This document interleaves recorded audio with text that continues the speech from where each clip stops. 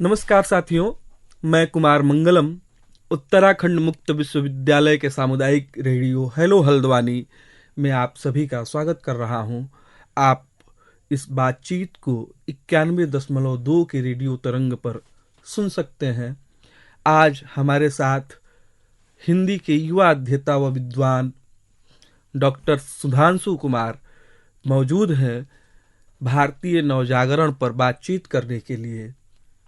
भारतीय नवजागरण हिंदी के शोध परिदृश्य में एक जटिल संरचना का विषय वस्तु माना जाता है।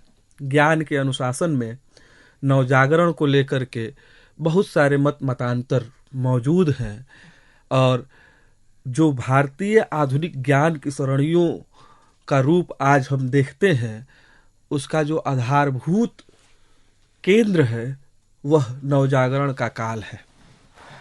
आधुनिकता के संदर्भ में आज हमने जो भी यात्रा की है, अगर उसकी कोई प्रारंभिकी बनती है भक्ति काल के बाद आधुनिक संदर्भों में, तो वो भारतीय नवजागरण का काल है। यह काल एक ओर भारतीय स्वतंत्रता आंदोलन और सामाजिक बदलाव और सामाजिक उन्नयन से संदर्भित है, दूसरी तरफ भारतीय भाषाओं में निहित ज्ञान को स्थापित करने का भी काल है। भारतीय नवजागरण पर आज हम लोग डॉक्टर सुधांशु से बातचीत करेंगे। डॉक्टर सुधांशु पटना विश्वविद्यालय में अतिथि अध्यापक हैं। विभिन्न हिंदी के पत्र पत्रिकाओं में इनका आलेख प्रकाशित और प्रशंसित है। ये नवजागरण पर तो लिखते ही हैं, उसके साथ साथ जो आज का समकालीन रचना परिदृश्य है उस पर भी इनकी कलम चली है।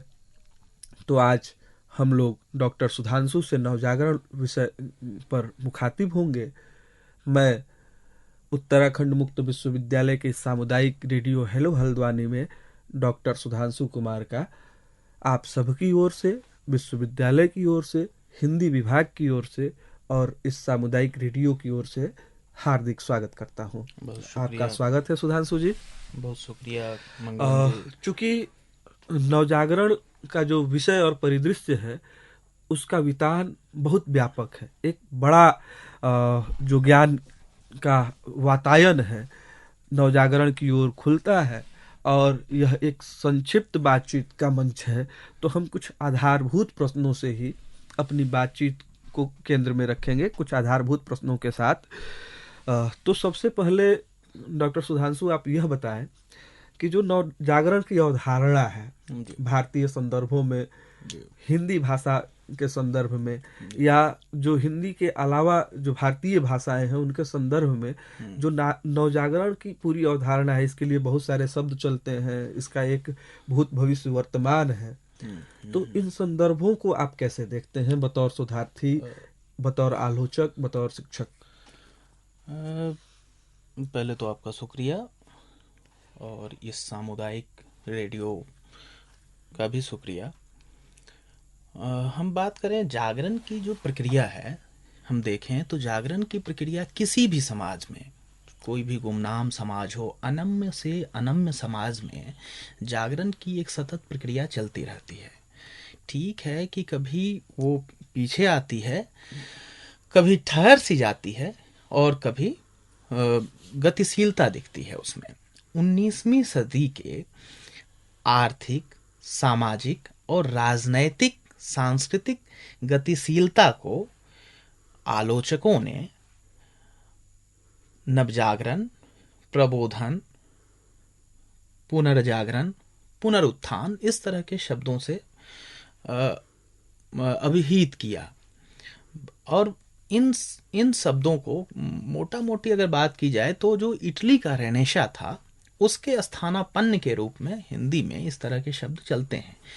लेकिन इन शब्दों में बहुत बारीक अंतर है। जैसे सबसे पहले जो पुनरुत्थान की अगर बात करें तो पुनरुत्थान शब्द जो है रिवाइवल टर्म से बना है, कि जिसमें रिवाइवल का हिंदी अनुवाद किया गया है। ये जो पुनरुत्थान की जो भावना होती है उसमें ये होता है कि हम अतीत को देखते हैं और बिना किसी आत्मालोचन के जो हमारा अतीत है उसे हम पाना चाहते हैं, उसमें कोई आत्मालोचन की व्यवस्था नहीं होती है। इसलिए पुनरुत्थान को प्रायः बहुत ही नकारात्मक टर्म के रूप में उपयोग किया जाता है कि नहीं, पुनरुत्थानवादी भाव एक नकारात्मक सेंस है। नामबर जी ने छायावाद किताब में, छायावाद उनकी पुस्तक है, छायावाद में उन्होंने पुनरुत्थान भावना को पर एक 2 पैराग्राफ बहुत गंभीरता से लिखा है और खास करके वो पुनरुत्थान की भावना को इस सेंस में देखते हैं, इस संदर्भ में देखते हैं कि ये भावना जो है अतीत का उत्खनन करती है। इसी भावना से काशी प्रसाद जायसवाल भारत में गणतंत्र को खोजते हैं। तो पुनरुत्थान का खूब मोटा मोटी अगर बात की जाए तो पुनरुत्थान में अतीत की ओर हमारा जो है बुद्धि और विचार होता है और अपने अतीत को बिना किसी आत्मालोचन के हूबहू हमारा मुझे ये अपने अतीत को गौरवशाली ढंग से याद करने और उसको स्वीकार करने, ये याद करने और स्वीकार करने की जो भावना है ना, यही पुनरुत्थान और पुनर्जागरण में ये अंतर है कि यहाँ पे अतीत को गौरवशाली ढंग से याद करते हैं, ठीक है। इसमें पुनरुत्थान की भावना में थोड़ा कट्टरता दिखेगी आपको, और पुनर्जागरण में अतीत को याद करेंगे, उसके गौरवशाली व्याख्या करेंगे, ठीक है ना, और उसमें उसे उस गौरवशाली अतीत को सामने रखते हैं, उसे याद करते हैं। ये हमें द्विवेदी युगीन साहित्य में भरपूर दिखता है। और ये जो पूरा का पूरा दिख रहा है परिदृश्य अतीत को याद करने का, ये सब परिदृश्य जो है ये मुख्यतः प्राच्यवादियों के द्वारा, प्राच्यवादियों ने इसे थोड़ा सा उभारा और प्राच्यवादी इतिहासकारों ने और राष्ट्रवादी इतिहासकारों ने, राष्ट्रवादी चिंतकों ने इसे हाथों हाथ लिया, ठीक है। अब पुनर्जागरण और पुनरुत्थान में मेरे ख्याल से अंतर स्पष्ट हो गया होगा कि पुनर्जागरण में जो है अतीत की गौरवशाली अतीत की ओर मुख रहता है। हाँ, उसी को जीते रहना चाहते हैं, उसी को पाने की कोशिश है, लेकिन उसमें कट्टरता का भाव कम है। इसलिए पुनर्जागरण जो टर्म है वो रेनेसा का स्थानापन्न है हिंदी में। अब टर्म आता है एक नवजागरण। इसमें अतीत नहीं होता है, इसमें इतिहास की तरफ मुख होता है। हम इतिहास को देखते हैं, इतिहास से सीख लेते हैं, वर्तमान की स्थिति को सुधारने की कोशिश करते हैं और भविष्य का एक महाआख्यान रचने की कोशिश करते हैं कि हमारा देश, हमारा समाज आगे कैसा हो। इसलिए नवजागरण जो है सबसे संतुलित टर्म है। अगर बात की जाए तो नवजागरण एक सकारात्मक टर्म है। जैसे पुनर्जागरण अतीत की पश्चिमगामी चेतना है, तो नवजागरण इतिहास की अग्रगामी चेतना है, जिसमें इतिहास की तरफ, इतिहास के तथ्यों की तरफ मुख किया जाता है। सुधांशु जी, आपने अपने इस बातचीत में एक शब्दावली का इस्तेमाल किया है, अतीत और इतिहास। तो इस पर तो हम लोग अभी बात करेंगे ही, चूंकि ये अगला सवाल यही होने वाला है। लेकिन एक चीज और मैं आपसे स्पष्ट करने को कहूँगा कि जब भक्ति आंदोलन को आचार्य शुक्ल देख रहे होते हैं, यह सवाल नवजागरण से भी जुड़ता है, क्योंकि आप देखिए कि भक्ति काल को जिस सरणी से आचार्य शुक्ल देख रहे हैं, इस्लाम और रामविलास जी देख रहे हैं, एक तरफ इस्लाम का आगमन, जॉर्ज ग्रियर्सन के द्वारा बुद्ध का प्रभाव और कबीर और तमाम जो समाज सुधारक संत कवि हैं, उन सब का एक परिदृश्य और भक्ति काल को एक जागरण के तौर पे देखना, बिल्कुल, और उसके बाद राष्ट्रवादी आंदोलन के समय में नवजागरण के समय का वो होना। तो इन सारी स्थितियों को जरा आप स्पष्ट करिएगा। देखिए, भक्ति काल को लेके जो मेरी समझ है, जैसे भक्ति काल में एक बात जो सबसे बहुत महत्वपूर्ण बात हुई थी भक्ति कालीन साहित्य में, जो सबसे महत्वपूर्ण बिंदु था, जैसे मैनेजर पांडे ने बहुत नोट किया ध्यान से, कि मातृभाषा का आग्रह और उसी समय आधुनिक भारतीय भाषाओं का उभार होता है भक्ति आंदोलन के दौरान। जी। जो मातृभाषा का आग्रह है कि हम अपना साहित्य संस्कृत में ना लिख के, जब ज्ञानेश्वर कहते हैं कि ज्ञानेश्वरी मराठी में प्रभु कहिए हमको, अब हमें जो है मराठी आती है, ठीक है। एक तो तरफ चैतन्य हाँ, महाप्रभु बांग्ला से लेकर के और असमिया से लेकर के तुलसीदास अवधि जब लिख रहे थे, तो कितना उनका विरोध हुआ। हाँ, उनका बहुत विरोध हुआ काशी के पंडों ने कि भाई संस्कृत को हमारा जो पूज्य ग्रंथ है उसे तुम मातृभाषा में, लोक भाषा में ढाल रहे हो, ये गलत है। और ये उस कवि के लिए कहा जा रहा है जो वागर्थावयु संपृक्तो और नमामि समीसा न निर्वाण रूपम जैसा संस्कृत का चारु साहित्य रच रहा है। अब यहाँ इसे देखिए कि मातृभाषा का आग्रह, जो मातृभाषा का आग्रह हमें जागरण कह लीजिए भक्ति आंदोलन में दिखता है, वही आग्रह आगे चल के कि अब मातृभाषा में हमको शिक्षा चाहिए, पूरा का पूरा बांग्ला नवजागरण हो, जो मातृभाषा में शिक्षा व्याकरण रचने की बात है। हिंदी में भी कि भाई हम बोलते हिंदी हैं तो हम हिंदी में, नागरी लिपि में, ये पूरा।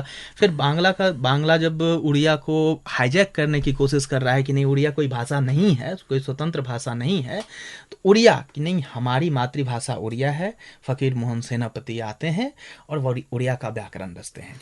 इसी तरह असमिया में भी ये आपको दिखेगा। तो मातृभाषाओं का जो आग्रह है भक्ति आंदोलन में, उसी का विकास मैं देखता हूं यहाँ नवजागरण में। अब आपसे एक सवाल है इस नुक्ते पर।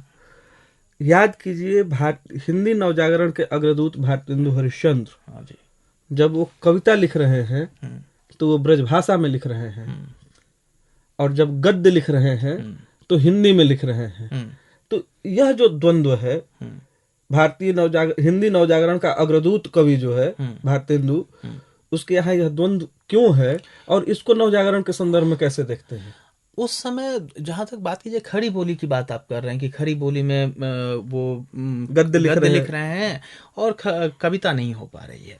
तो उस समय तक दरअसल खड़ी बोली को जो इसे कहा है इनके शब्दों कि टकसाली भाषा, ये जो स्कूल है बंगाल में 1800 के आसपास जो खुला है, उस स्कूल में गिलक्राइस्ट और उनके जो भाखा मुंशी हैं, ये मिलके उस टकसाल में खड़ी बोली को तैयार कर रहे थे।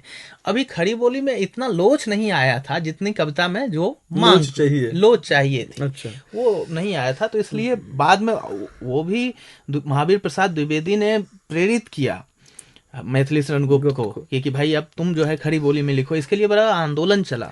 तो बहरहाल इन सवालों को छोड़ते हुए हम अपने मूल सवाल पे आते हैं। चूंकि आपका काम भी है नवजागरण और स्त्री प्रश्न पर, इससे पहले कि चूंकि हमने एक अवधारणा समझ ली है, अब जरा इसकी सीमाओं को समझते हैं। हिंदी नवजागरण के क्या अंतर्विरोध थे, हैं, और अगर अभी एक युवा शोधार्थी नवजागरण पर काम करने को सोचे तो उससे किन अंतर्विरोधों के साथ गुजरना होगा? वो कौन से तत्व होंगे, कौन से केंद्रक होंगे जो हिंदी नवजागरण को एक समस्या पूर्ण अवधारणा के रूप को अख्तियार करते हुए मतलब वो प्रस्तुत करती है? सबसे पहले तो मैं एक बात बहुत स्पष्ट कर देना चाहता हूं कि हिंदी नवजागरण का जो भी अंतर्विरोध है वो पूरे के पूरे अखिल भारतीय नवजागरण का अंतर्विरोध है। मसला ये हुआ है कि हिंदी नवजागरण को या फिर हिंदी जाति के टर्म से चिढ़ की वजह से हो या जिस वजह से हो, हिंदी नवजागरण के अंतर्विरोध को रेखांकित किया गया है, और जो अन्य भारतीय प्रांत में जो अन्य अंतर्विरोध हैं उसे टाल मटोल कर दिया गया है उसे। तो हिंदी नवजागरण की अगर हम बात करें, जो मेरी समझदारी इस बीच काम करते हुए बनी है, वो ये बनी है कि उत्तर मध्यकाल के दौर में सत्ता का विकेंद्रीकरण हो रहा था। सामंतवाद कुछ टूटने की प्रक्रिया में आया था, कुछ टूटने की कोशिश में था, टूट रहा था। और जो हमारे 18वीं सदी के जो बड़े समाज सुधारक हैं, जो तमाम सतनामी पंथ से लेके और तमाम जो पंथ हैं, ये बहुत काम कर रहे थे इस पर बहुत बढ़िया काम है के एन पनिक्कर का। वो कहते हैं कि हम अपने 19वीं सदी के नवजागरण को देखने से पहले 18वीं सदी को दरअसल लावारिस सदी के रूप में छोड़ दिया गया। इस लावारिस सदी पर अगर ध्यान दिया जाए तो हम जागरण को बहुत स्पष्ट ढंग से समझ सकते हैं। तो खैर, मैं बात कर रहा था हिंदी नवजागरण की के अंतर विरोध पे। तो मसला ये है कि यूरोप में जो जागरण है, यूरोप का जो जागरण है, वो जागरण हम देखें तो यूरोप का जागरण एक वहाँ की धार्मिक पुनरुत्थानवादी ताकतें हैं, उसके सामंती ताकतें हैं, उसके खिलाफ एक बाजार मजबूत हो रहा है, पूंजीपति मजबूत हो रहे हैं और वो एक प्रबोधन और जागरण की प्रक्रिया को हवा दे रहे हैं। अब वही पूंजीवादी ताकतें यहाँ बाजार खोजते हुए भारत जब आती है, उपनिवेश बनाती है, कच्चा माल खोजते हुए जब आती है, तो वही ताकतें जो वहाँ सामंतवाद के खिलाफ लड़ रहे थे, वो यहाँ आके हिंदी प्रदेश में हम नवजागरण पे सामंत बनते ही नहीं है। हिंदी प्रदेश में सामंत को फिर से जीवित करते हैं, जमींदारी प्रथा। आप हम जब हिंदी नवजागरण के मतलब मैं मार्क्सवादी आलोचना का को पर यहाँ संशयग्रस्त हो जाता हूं कि हर जगह वो आर्थिक आधार खोजते हैं, लेकिन ये जो अस्थाई बंदोबस्त है हिंदी पूरे हिंदी बेल्ट में, जब हिंदी नवजागरण पे बात करते हैं तो कहते हैं कि नहीं सामंतवाद था। अरे ये सामंतवाद कौन लाया? ये सामंत फिर से इसे और मजबूत लाने तो मान लीजिए भारत में एक प्रक्रिया से आ ही रही थी, लेकिन जो टूटने की प्रक्रिया उत्तर मध्यकाल में शुरू हुई थी, जो आप घराने बने थे, जगत सेठों के घराने जो डील कर रहे थे सिराजुद्दौला और इन सबको, जगत सेठ का घराना जानते होंगे। तो इस सामंतवाद को फिर से 1798 के आसपास या फिर कार्नवालिस ने जब अस्थाई बंदोबस्त लागू किया तो जमींदार आए और फिर वो सामंत की भूमिका में मजबूत हुए। तो यहाँ उन्होंने, वहां वो सामंतवाद से लड़ रहे हैं, यहाँ भारत में आके उन्होंने सामंतवाद को स्थापित कर दिया। इससे ये हुआ कि भारतीय जो बौद्धिक हैं उनकी लड़ाई 2-3 स्तरों पे बटी। एक तो उन्हें साम्राज्यवाद के खिलाफ लड़ना है, दूसरा अपने ही लोगों के खिलाफ जो सामंतों के खिलाफ लड़ रहा है, और इनसे लड़ना है साम्राज्य, चूंकि उससे बड़ी ताकत से भी लड़ना है साम्राज्यवाद से, तो कई बार सामंतों से इन्हें सहयोग मिलता था। जैसे आप 1916 में जब या 15 में गांधी व्याख्यान देते हैं काशी हिंदू विश्वविद्यालय में, तो गांधी के व्याख्यान को देखिए। गांधी के व्याख्यान में देते हैं, उसमें सारे राजा महाराजा सामंत बैठे हुए हैं, ज्वेलरी पहने हुए हैं, और गांधी उन पे अब टारगेट कर रहे हैं ना। गांधी आके उन पे टारगेट करते हैं, बोलते हैं कि भाई अगर आप इतने सोने और ये बस जौहरी ये सोने का देखने के लिए आ रहा है, प्रदर्शन कर रहे हैं, तो गांधी एक नया क्रिएट करते हैं, इसको तोड़ने की कोशिश करते हैं। तो भारत हिंदी नवजागरण की जो प्रक्रिया है, हिंदी नवजागरण जो है उसके कई अंतर्विरोध हैं। जैसे वो अंतर्विरोध कोई पूरे भारत का वो अंतर्विरोध है, स्त्री शिक्षा को लेके बात करें या फिर हम बात करें कि सांप्रदायिकता को लेके बात करें, तो वो हर जगह है। अब जब सुब्रमण्यम भारती दक्षिण भारत में लड़ रहे हैं तो वहां भी सांप्रदायिकता है, इसलिए तो वो लड़ रहे हैं। नवजागरण का जो स्त्री संदर्भ है उसे आप कैसे देखते हैं? क्योंकि यह नवजागरण का वह काल है, सती प्रथा का अंत और तमाम तरह की चीजें, स्त्री सुधार और तमाम ऐसी बातें होती हैं, और खास करके ये हिंदू बहुल जो जाति है उसमें होती है, और जो अपेक्षाकृत अन्य जातियां हैं वहाँ कमतर हुई हैं। और ये तो इन सारी चीजों को कैसे देखते हैं? नवजागरण का जो स्त्री प्रश्न है, नवजागरण के जो स्त्री पक्ष हैं, अगर उस पर बात की जाए तो हर एक जगह पे स्त्री सुधार को लेके काम हो रहा था, स्त्री प्रश्नों, स्त्री समस्याओं को एड्रेस किया जा रहा था। और हम हुआ ये है कि हिंदी नवजागरण के लेके खास करके वीर भारत तलवार ने ये किया है कि हिंदी नवजागरण को मतलब इतना पिछड़ा दिखाने की कोशिश की गई है कि वो स्त्री प्रश्नों को लेके बंगाल से बहुत पिछड़ा है, स्त्री शिक्षा को लेके वहाँ डिबेट है। अब देखिए स्त्री शिक्षा के मजेदार है कि वीर भारत तलवार स्त्री शिक्षा को लेकर भारतेंदु को जो कोट करते हैं उसमें कोट करते हैं तो भारतेंदु कह रहे हैं शिक्षा के प्रश्नों पर, तो भारतेंदु जब कह रहे हैं तो एक विदेशी महिला मिस रोजर ग्रीनफील्ड ऐसे कुछ नाम है, उनका जिक्र करते हैं भारतेंदु कि वो सही, मतलब ये मिस सही कह रही हैं, मैं उनसे सहमत हूं कि स्त्री शिक्षा को लेके कि उन्हें विद्याशंकर, ये प्रेम सागर और इतिहास तिमिरनाशक जैसी किताब नहीं पढ़ानी चाहिए। अब उस मिस को देखिए, अगर मिस को एड्रेस करें तो वो जो विक्टोरियाई नैतिकता से यूरोपियन मिस आई हैं, विक्टोरियाई नैतिकता से आधारित, तो वो विक्टोरियाई नैतिकता भी यहाँ काम कर रही थी। यहाँ के सामंती मानस, पितृसत्ताक मानस तो काम कर ही रहा है, विक्टोरियाई नैतिकता भी डील कर रहा है। आपको बताऊं कि हिंदी पूरे नवजागरण में, जैसे स्त्री प्रश्न को लेकर जो विचार भारतेंदु के हैं, स्त्री शिक्षा को कि क्या शिक्षा दी जानी चाहिए, वही विचार कमोबेश आपको पूरा डिबेट चला है 1872 के आसपास, 1869 के दौरान पूरे बंगाल में भी यही चला है। वो भी स्त्री शिक्षा को लेकर कंफर्म नहीं है कि हमें क्या पढ़ाना है क्या नहीं पढ़ाना है। 1869 में बैथून स्कूल की मिस पिगट को इस्तीफा देना पड़ता है, क्योंकि उन पे आरोप लगा था कि ये स्त्रियों का ईसाईकरण कर रही हैं, वो पाश्चात्य आधुनिक ढंग की शिक्षा देने की कोशिश कर रही हैं। तो ये वही बंगाल है जिसको खड़ा करके हिंदी नवजागरण को गिराया जाता है। तो चूंकि हमारे पास समय बहुत कम है, तो एक बहुत संक्षेप में सवाल एक इशू पे मैं आपका ध्यान केंद्रित करना चाहूँगा कि हिंदी पूरे भारत के नवजागरण में मैंने जब अध्ययन किया, अब ये नहीं कह सकता हूँ कि मैंने सब कुछ देख लिया, लेकिन एक जो इस विधवा पुनर्विवाह को लेके जो तमाम लोगों के विचार हैं, उसमें सबसे प्रोग्रेसिव विचार हैं वीरेश लिंगम के।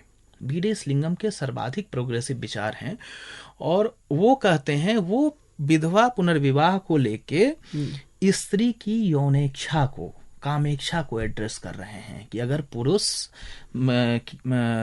विधुर होता है तो उसे अगर अपनी कामेच्छा की पूर्ति के लिए एक स्त्री की जरूरत है, तो स्त्री को भी ये जरूरत है ना। यही वीरेश लिंगम, अब देखिए अंतर्विरोध वीरेश लिंगम का, यही वीरेश लिंगम जब मुद्दू पलानी की एक किताब है राधिका संतवनम, इस किताब को लेके जो डिबेट चला है, यही वीरेश लिंगम, वो डिबेट के जब विक्टोरियाई नैतिकता के तहत इस किताब को बैन किया जा रहा था, तो उस डिबेट में मुद्दू पलानी को यही वीरेश लिंगम, उसमें मुद्दू पलानी स्त्री की कामेच्छा को प्रकट करती है कृष्ण के बहाने, तो उस किताब में वीरेश लिंगम, वहां पे वीरेश लिंगम का अंतर्विरोध दिखता है। जो व्यक्ति स्त्री कामेच्छा को एड्रेस कर रहा है विधवा पुनर्विवाह को लेकर, वही व्यक्ति मुद्दू पलानी को तमाम तरह की ये भद्र भाषाओं का प्रयोग करता है मुद्दू पलानी के लिए। तो खैर ये सारी बातें तो हैं ही। बहुत संक्षेप में हिंदी नवजागरण में शोध की जो संभावना है उस पर 2-3 मिनट में आप बातचीत करेंगे, और उसके बाद इस बातचीत को हम लोग समाप्त करेंगे, क्योंकि समय की एक सीमा है यहाँ। एक संक्षिप्त समय में ही हम लोगों को इस बातचीत को संभव बनानी थी। तो हिंदी नवजागरण को लेकर के जो नए शोधार्थी हैं, उनके लिए क्या कुछ पॉइंट हो सकते हैं, उनकी क्या संभावनाएं हो सकती हैं? देखिए, नवजागरण पे अभी सच्चाई ये है कि नवजागरण पे अभी बहुत ढंग से पूरे सामग्री को ही नहीं पढ़ा गया है। अभी बहुत काम होना बाकी है, पत्र पत्रिकाओं को देखना बाकी है। और हिंदी नवजागरण या फिर पूरे नवजागरण की बात करें आप, जैसे जो संस्थाओं की भूमिका है, हम अभी तक नवजागरण में व्यक्ति की भूमिका पे केंद्रित हैं कि भारतेंदु की क्या भूमिका है, द्विवेदी जी की क्या भूमिका है, या फिर निराला, प्रेमचंद। हिंदी नवजागरण की बात करें तो संस्थाओं की भूमिका पे ही बात नहीं हुई है, चाहे नागरी प्रचारणी सभा हो, चाहे आर्य भाषा पुस्तक माला हो, ठीक है ना। इस तरह से विज्ञान प्रचारणी सभा, काशी से विज्ञान सभा का आयोजन होता था। तो इस तरह के संस्थाओं पे केंद्रित होके, जैसे नवल किशोर प्रेस, एक दो काम हो रहा है। दिल्ली यूनिवर्सिटी में एक दो मित्र हैं जो काम कर रहे हैं। आरा से गंगा पुस्तक माला निकलता था, मेरे ख्याल से आरा से ही। तो गंगा पुस्तक माला की सीरीज जो निकल रही है, उसे भी हमें देखना चाहिए, देखना पड़ेगा कि कैसे प्रेजेंट कर रहे हैं। अगर आर्स ग्रंथ को ही प्रेजेंट कर रहे हैं तो कैसे प्रेजेंट कर रहे हैं, उसको देखने समझने का क्या तरीका है। तो शोध की संभावनाएं तो है नवजागरण में। यानी कि नवजागरण कालीन जो रचनाएं हैं, उन रचनाओं के मूल टेक्स्ट तक जा करके जो एक आलोचनात्मक और शोध की निष्पत्ति आ सकती है, इसे ही नवजागरण में शोध की संभावनाओं को रूप में देखा जा सकता है। एक बात जो है नवजागरण की, इधर हाल फिलहाल एक शोधार्थी हैं, उन्होंने नवजागरण को लेकर, अब जैसे हम नवजागरण को खोलेंगे तो पता चलेगा कि हिंदी प्रदीप और ब्राह्मण में बंगालियों की आलोचना है, बंगाली बुद्धिजीवियों की, कि बाल विवाह आप क्यों नहीं छोड़ रहे हैं, है ना। तो हम जब नवजागरण के इन टेक्स्ट के भीतर जाएंगे तो हमें पता चलेगा, टेक्स्ट को पढ़ना खोलना जरूरी है अभी, जो कि अभी कम हुआ कम है। हुआ है। तो आपने बहुमूल्य समय अपना दिया यहाँ, और हम लोगों ने स्त्री प्रश्न और नवजागरण के आसपास इस बातचीत को, खास करके नवजागरण के संदर्भ में अपनी बातचीत केंद्रित की। आप सबने सुना, आप यहाँ आए और हमारे लिए वक्त निकाला। आप सभी का और सुधांशु जी का बहुत बहुत आभार। धन्यवाद। बहुत बहुत धन्यवाद। धन्यवाद। धन्यवाद मंगलम।